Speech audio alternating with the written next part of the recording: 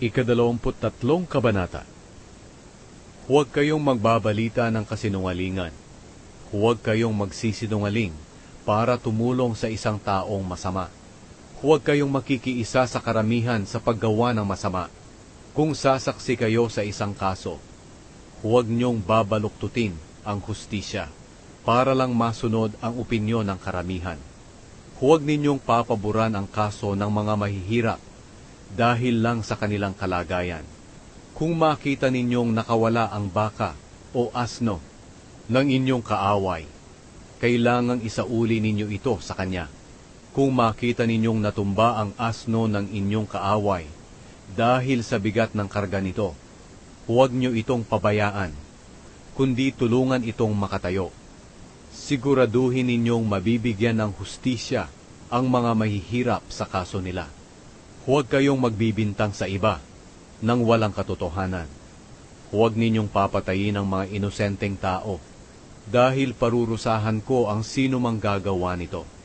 Huwag kayong tatanggap ng suhol, dahil bumubulag ito sa tao sa katotohanan, at hindi nabibigyan ng hustisya ang mga inosente. Huwag ninyong pagmamalupitan ang mga dayuhan, dahil kayo mismo ang nakakaalam ng damdamin ng isang dayuhan, dahil mga dayuhan din kayo noon sa Ehipto.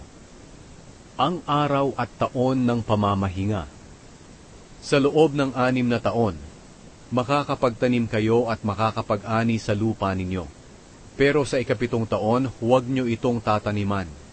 Kung may tutubong pananim sa lupa ninyo, pabayaan ninyo ang mahihirap na makakuha ng mga pananim para kainin. At kung may matira, ipakain na lang ninyo sa mga hayop. Ganito rin ang gagawin ninyo sa mga ubasan at taniman ng olibo. Magtrabaho kayo sa loob ng 6 na araw, pero huwag kayo magtatrabaho sa ika-7 araw para makapagpahinga kayo. Ang mga baka at asno ninyo, ang mga alipin ninyo, at ang mga dayuhan na naninirahang kasama ninyo. Sundin ninyong mabuti lahat ng sinabi ko sa inyo. Huwag kayong mananalangin sa ibang Diyos o babanggit ng pangalan nila. Ang 3 pista bawat taon. Magdiwang kayo ng 3 pista bawat taon para sa karangalan ko. Ipagdiwang ninyo ang pista ng tinapay na walang pampaalsa, kagaya ng iniutos ko sa inyo. Kumain kayo ng tinapay na walang pampaalsa sa loob ng 7 araw. Gawin ninyo ito sa itinakdang panahon sa buwan ng Abib, dahil ito ang buwan na lumabas kayo ng Ehipto. Ang bawat isa sa inyo'y dapat magdala sa akin ng handog sa panahong iyon. Ipagdiwang din ninyo ang pista ng pag-aani sa pamamagitan ng pagdadala ng mga unang ani ng inyong bukid. Ipagdiwang din ninyo ang pista ng huling pag-ani sa katapusan ng taon, kapag titipunin na ninyo ang mga ani sa mga bukid ninyo. Dapat dumalo ang kalalakihan ninyo sa 3 pistang ito bawat taon sa pagsamba sa akin, ang inyong Panginoong Diyos. Huwag kayong maghahandog ng dugo sa akin at ng kahit anong may pampaalsa. Huwag kayong magtitira para sa kinaumagahan ng taba ng hayop na inyong inihandog sa akin sa pista. Dalhin ninyo sa templo ng Panginoon na inyong Diyos ang pinakamagandang bahagi ng una ninyong ani. Huwag ninyong lulutuin ang batang kambing na hindi pa naaawat sa kanyang ina. Ngayon, isinugo ko ang anghel para bantayan at gabayan kayo sa lugar na inihanda ko para sa inyo. Makinig kayo sa kanya at sundin ang sinasabi niya. Huwag kayong magre-rebelde sa kanya dahil ang lahat ng ginagawa niya sa aking pangalan. At hindi niya pababayaang magpatuloy kayo sa mga kasalanan ninyo. Kung makikinig lang kayo ng mabuti sa sinasabi niya at gagawin ang lahat ng sinasabi ko, lalabanan ko ang inyong mga kaaway. Pangungunahan kayo ng aking anghel at dadalhin kayo sa lupain ng mga Amoreo, Heteo, Perezeo, Kananeo, Hiveo at Jebuseo, at lilipulin ko sila. Huwag kayong sasamba o maglilingkod sa mga Diyos-Diyosa nila o tutularan ang mga ginagawa nila. Durugin ninyo ang kanilang mga Diyos-Diyosan at gibain ang mga ala-alang bato nila.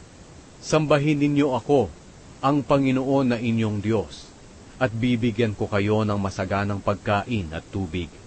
Pagagalingin ko ang inyong mga karamdaman, at walang babaeng makukunan, at walang magiging baog sa inyong lupain, at pahahabain ko ang inyong buhay. Tatakutin ko at lilituhin ang mga kaaway na makakaharap ninyo, at tatakas sila. Magpapadala ako ng mga putakting mangunguna sa inyo, at itataboy nila ang mga Hibeyo, Kananeo at Hiteo. Pero hindi ko sila itataboy sa loob lang ng 1 taon, para hindi mapabayaan ang lupain, at nang mapigilan ang pagdami roon ng mga hayop sa gubat. Unti-unti ko silang itataboy hanggang sa dumami na kayo, at kaya na ninyong angkinin ang lupain.